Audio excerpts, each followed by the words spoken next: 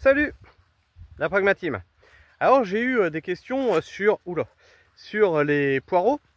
La récolte des poireaux, on me disait mais tes poireaux ils sont pas protégés, comment que tu fais pour les protéger de la mouche du poireau? Donc vous voyez qu'effectivement mes poireaux sont plein champ, non protégés, donc là-bas, tu vois.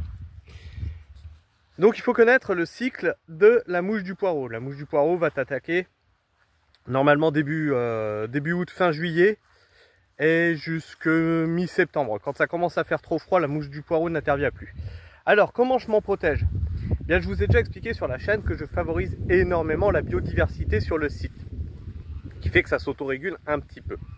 Ça ne veut pas dire que j'aurai pas de perte, ça veut dire que j'essaye de traiter le moins possible, j'essaye, voilà, tout ça.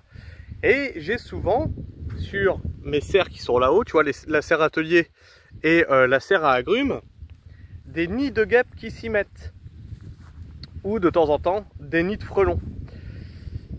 Alors les nids de frelons, j'essaye qu'ils s'installent pas trop ici, j'essaye qu'ils s'installent à des endroits où ils risquent pas de m'attaquer, d'accord? Souvent ils arrivent à se foutre dans des tubes ou dans des parpaings ou dans des conneries comme ça qui traînent sur le terrain et c'est très bien. Alors je ne détruis pas systématiquement les nids de frelons, sauf s'ils deviennent dangereux. Et les nids de guêpes, je les laisse. Que fait la guêpe? Elle va te bouffer une multitude de mouches, justement. Les mouches qui vont attaquer les pommiers. Oh, regarde, le verger est juste à côté des deux serres. Les poireaux, bon bah ils sont là, tu vois. Donc on est sur une zone de chasse pour les guêpes. Alors, ça ne veut pas dire que je suis tout le temps immunisé, hein. C'est pas un totem d'immunité. Je peux avoir des poireaux qui vont être attaqués. C'est arrivé l'année dernière, j'ai eu des poireaux, j'ai eu la mouche du poireau. Pas dans tous les poireaux, tu vois, c'était pas une infestation, pas dans tous les poireaux. Cette année, j'ai des collègues maraîchers, c'est la merde. Ils sont attaqués de partout, et ils sont à quelques kilomètres d'ici, tu vois, moi non. Et donc, qu'est-ce que je fais quand je suis attaqué? Ben j'attends.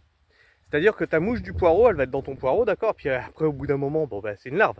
Elle sort, elle fait une mouche, on est d'accord? Mais sauf que ton poireau, lui, il continue à grossir. Et en grossissant, les couches attaqués par la larve vont vers l'extérieur. Et donc tu attends le printemps et tu commercialises tes poireaux au printemps. Le truc c'est que tu vas juste devoir attendre pour faire le chiffre que tu n'as pas fait en automne. Mais tu n'as pas perdu ta production. Tu n'as pas perdu ta production alimentaire.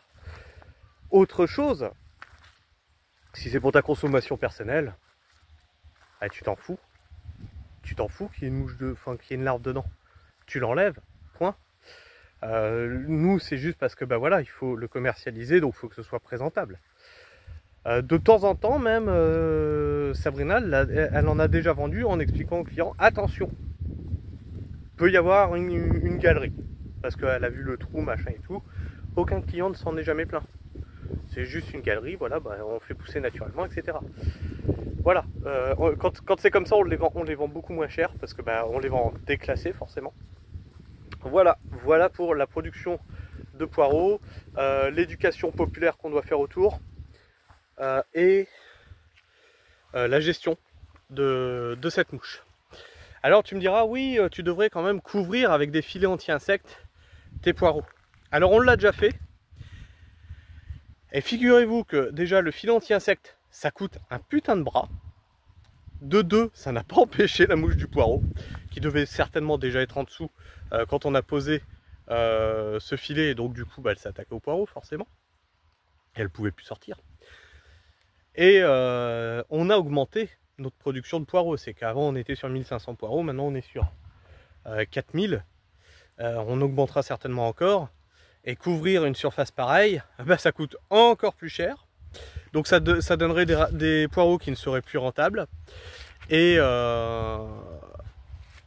c'est des filets qui sont quasi à usage unique parce que les filets anti-insectes, ils sont hyper fragiles. Alors tu vas me dire, oui, il y a des maraîchers qui les utilisent plusieurs années. Ouais, mais en fait le poireau, ce que vous ne comprenez pas, c'est que le poireau, en poussant, si tu veux, il fait une pointe et il passe à travers la maille et il te l'écarte. Du coup, après, ton filet, il est plus anti-insecte puisqu'il y a un passage pour l'insecte. L'autre truc, c'est que quand ton poireau il touche le filet, et ta mouche, elle peut quand même aller pondre dans la feuille. Donc c'est pas pareil, c'est pas un totem d'immunité. Donc je préfère jouer avec ce que j'ai, les armes que j'ai, c'est-à-dire la nature, et laisser s'installer des guêpes. Alors les guêpes, certains vont me dire oui, tu risques quand même de te faire piquer, machin et tout. En 5 ans sur l'exploitation, je me suis fait piquer une fois par une guêpe qui avait commencé à faire son nid dans un paquet de vis. Et c'est quand j'ai pris le paquet de vis qu'elle m'a attaqué. C'est tout. Voilà, je vous fais la bise, la pragmatisme. Prenez soin du sol et restez pragmatique. Ciao.